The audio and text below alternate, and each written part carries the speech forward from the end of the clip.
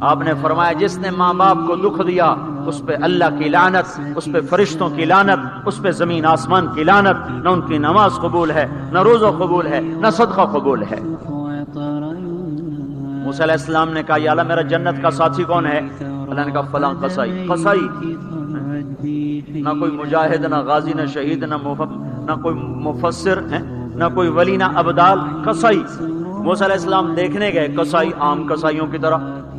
وہ شام کو جب چلا تو تھیلے میں گوشت ڈال کے چل پڑا۔ موسیٰ علیہ السلام کہنے لگے تیرے ساتھ آ سکتا ہوں؟ کہا آ جاؤ۔ پہچانا نہیں اس نے یہ موسیٰ ہیں۔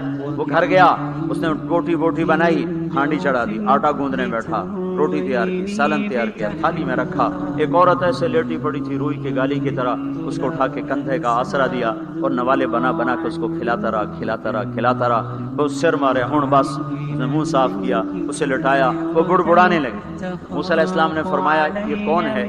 کہا یہ میری اماں ہے، میں صبح اس کے سارے کام کر کے جاتا ہوں، پھر شام کو آ کر پہلے اس کی خدمت کرتا ہوں۔ اپنی بیوی سے کہو نہیں آخر میرے پیچھے میری ماں نے روٹی کھوا دی، جیسے ہمارا رواج ہے۔ اپنی بیوی سے کہتے تو میری ماں دی کر، میں کوئی نہیں کرنی۔ اور سنو میری بیوی کے ذمے میری ماں کی خدمت نہیں ہے، میرے ذمے میری ماں کی خدمت ہے۔ خود کرتے نہیں، بیویوں کو کہتے ہیں اس کے ذمے نہیں، وہ انکار کرتے ہیں، کہتے ہیں نافرمان ہے، گھر میں لڑائی، دنگا فساد۔ پاگل تو نے چھاتی نوچی ہے ماں کی، تیرے ذمے ماں کی خدمت ہے، تیری بیوی کے ذمے نہیں ہے۔ وہ کر دے اس کا احسان ہے، کرنی چاہیے، نیکی ہے، اس کا احسان ہے، نہ کرے تو وہ مجرم نہیں ہے۔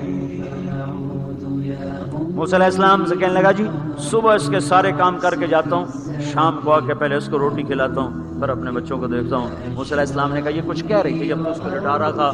کہنے لگا یہ اماں جو ہوئی پاگل اماں جدوں دی خدمت کرنا شروع ہو جاندی، اللہ تینوں جنت وچ موسیٰ دا ساتھی بناوے۔ بھلا میں کتھے تے موسیٰ کتھے؟ جب بھی اس کی خدمت کرتا ہوں شروع ہو جاتی ہے اللہ تجھے جنت میں موسیٰ کا ساتھ دے۔ بھلا جی میں کہاں، میں کسائی کتھے تے موسیٰ کتھے؟ سمجھو یہ ماں ہے، ماں جس کی دعا نبیوں تک پہنچا دیتی ہے۔